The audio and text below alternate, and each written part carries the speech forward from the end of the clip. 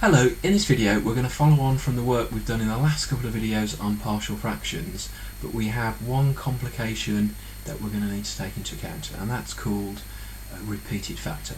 So having a look at the example I've got here, I've got a normal algebraic fraction with a couple of terms on the bottom, but this time I've got this x plus 2 all squared, and we call that a repeated factor, and we're going to need to treat it a little bit differently. Let's have a look. If we apply the approach we took last lesson, we would have our three fractions, and I would put x plus 2, because that's one of my factors. Well, I've got another x plus 2, so let's put that one over here, and then I've got this 3x minus 1. And I've got my a, my b, and my C numerators that I'll be trying to find. But let's look closely at these two here and let's see what's going on. I've got the same denominator in both of those fractions. So I've got the same denominator, I can just add my numerators and I'd be left with a plus b over x plus 2.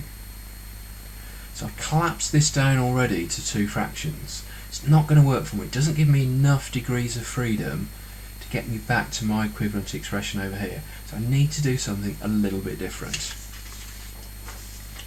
Right, what am I going to do? Well, I am going to end up with three fractions. I'm going to put my x plus 2 in the first one, call it a. I'm going to put my x plus 2, but this time I'm going to include a squared term. Okay, so we've got, if you've got a squared term in your fraction, you include the factor itself and then the factor with a square as the second fraction. Then I've got my 3x minus 1, and I've got my three fractions, and I can carry on from here just like we did last lesson. So I need to convert that to a common denominator. It's going to be the same as my starting fraction. So I've got x plus 2 all squared times 3x minus 1. So look at my first fraction, what have I got? X plus 2. Well, I've got one lot of x plus 2 there already, so I need one more, and then I need my 3x minus 1.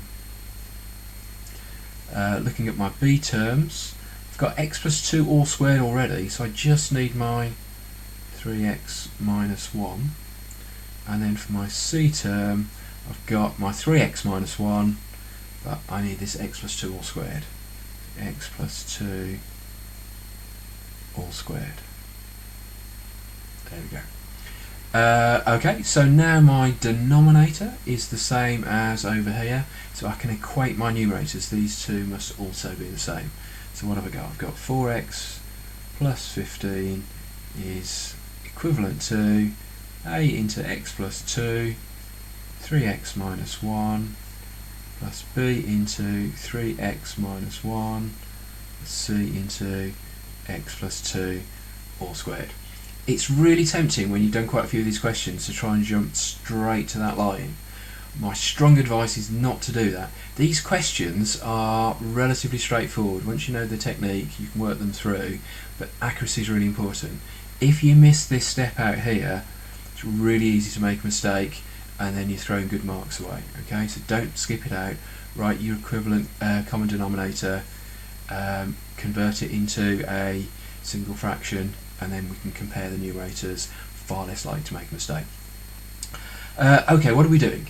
I'm going to do the next couple of steps. I'm going to follow and use the substitution method that we were looking at last lesson. Once we've done the first couple, the approach after that looks a little bit different, but we'll worry about that later. So what am I going to sub in? So one of the options would be to substitute in x equals negative 2, because then this term and this term will disappear. So if x is equal to negative 2, what happens? Well, I've got 4 lots of negative 2, so negative 8 plus 15, and that's going to be equal to, well, x plus 2, negative 2 plus 2, that one disappears. I'm left with my b. Got 3 lots of negative 2, so negative 6, subtract 1, and then my c term is going to disappear. X, so negative 2 plus 2, that's going to go. So I'm going to be left with negative 8 plus 15, which is 7, is equal to negative 7b. So b is equal to negative 1. So I've got my first value. I can also substitute in, I've got 3x minus 1 and both of these terms. If I substitute in x is a third, they're both going to disappear. So if x is equal to 1/3, what do we get? On the left hand side I've got 4/3 plus 15 is equal to, this term's going to disappear because of this bracket, this term's going to disappear, my b's are going to go, and I'm going to be left with my c's. So I've got c into a third plus 2 all squared. Let's see what we've got. Well, we convert this into thirds. I've got 45 thirds plus 4, so 49 thirds. That's equal to c into, how many thirds have I got over here? I've got 7 thirds, and I need to square it. So I've got 49, move up a little bit, 49 over 3 is equal to 49c over 9, and that's going to imply that c is equal to 3. I can cancel my 49s. I've got 9 divided by 3, c is equal to 3. So I've got 2 of my values and it's starting to look pretty good. The problem now is I've used up my negative 2 and my third and my third and my negative 2. So I haven't got something obvious to substitute in that's going to make 2 of those 3 terms disappear. So I've got 2 choices at this stage. The normal approach is to flip back and have a think about that equating coefficients. So if I equate coefficients, what are we getting at? I'm going to pick my x squareds because I think that's going to be the easiest one to look at. On the left hand side I've got no x squared term, so I've got 0, and that's equal to, or from the a term over here, my x squared term is going to come from the x times my 3x, so I've got 3 lots of a. Next bracket, got no x squared terms in there, don't need to worry about that one. And then the final term, x plus 2 all squared, I'm going to get an x squared term multiplied by c, that's going to give me plus c. So I've got naught is equal to 3 lots of a plus c. Well, I know what c is, I've just worked that out, it's 3 plus 3, and that's going to give me a is equal to negative 1. Okay.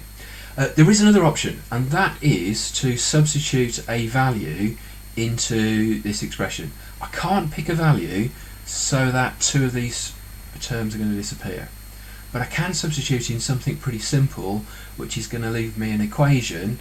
I'm going to get a's, b's and c's, but I know what b and c is, so I can work out what my final value a is. If you're going to do that, pick something nice and simple. I'm going to pick x equals 0. Sometimes 1, sometimes negative 1 can make sense, and you can substitute that in and it can be a little bit easier, but x equals 0 is normally a pretty good shout. So what have we got? 4x plus 15, well 4 lots of nothing plus 15 is going to give me 15. X is 0, so I've got 2 in this bracket, negative 1 in that, 2 times negative 1. I've got negative 2a. Next bracket along, my x is 0, so I've got take away b. X is 0, I've got 2 squared, don't forget to square it, so I've got 4 lots of c. So 15 is equal to negative 2a. Remember, we haven't worked that out yet. I haven't done my equating coefficients, I've just worked out my values of b and c.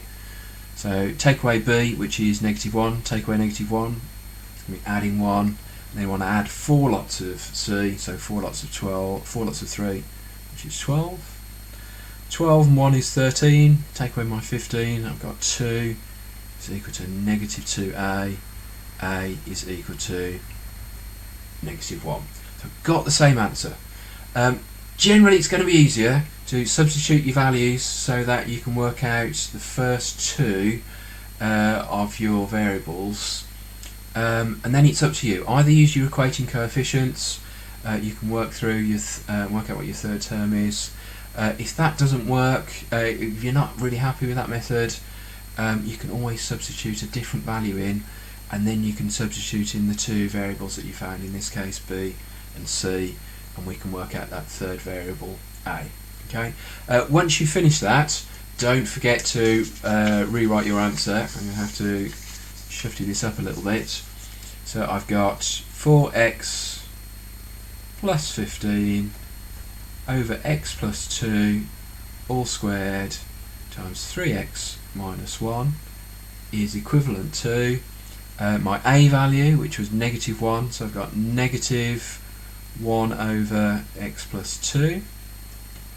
My plus B, again in this case, is negative 1, so subtract 1 lot of x plus 2 all squared, and then I'm going to add C, which is 3 over 3x minus 1. So if you're lucky, you'll get the marks if you've worked out your A, your B and your C, and you very clearly defined which one goes with which term. But it's always safest to restate it. You're making it easy for the person marking your work to give you all of the marks. So it doesn't take very long. Write them down. Make sure that you're connecting up your correct variables with your correct fraction, and finish the question off properly. Okay.